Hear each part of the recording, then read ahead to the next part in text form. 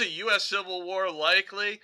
That doesn't sound as boring as our normal topic, but why are we even talking about this? All right, there was a opinion piece by Bruce Hoffman and Jacob Ware. And now Bruce Hoffman is a renowned scholar on terrorism, literally wrote the book, right? Inside Terrorism, now in its third edition. Jacob Ware is a younger scholar who is working and doing research on domestic terrorism.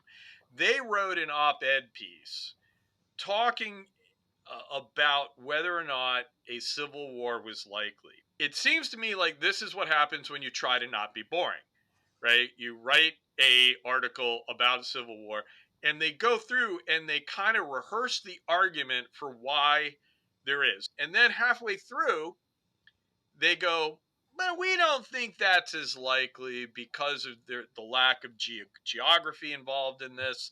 And so they kind of push back on it and then go, but what we do think is more likely is a IRA style terrorism, right? That we can see terrorism breaking out in the United States. I think they don't have the data at a research methods level.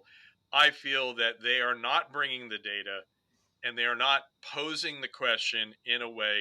They're saying, hey, look, this is we see domestic terrorist groups in the United States. We see Ireland. So, yeah, that's what's going to happen. They're seeing correlations. They're not looking cross-sectionally in a way. I always say if you're going to say whether something is going to occur, you have to say whether it's going to occur or not. And you have to consider the not cases. And I don't feel that they're doing that. The other thing is, on the face of the logic, I don't feel it's a very comparable situation.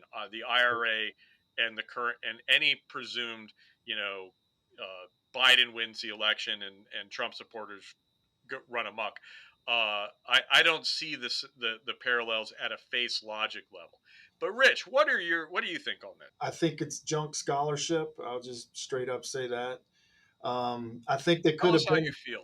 Well, I think they could have been a lot smarter about it, and I think, like you suggested, they could have brought a little more data, right? It's like Mm-hmm. some public opinion data, I guess, perhaps, because this I appreciate it for being like an overview of the topic, but this is an op-ed in on CNN's website, and I would use this in class to promote discussion about the topic, but I wouldn't be referencing this in my dissertation where I'm trying to say yes or no.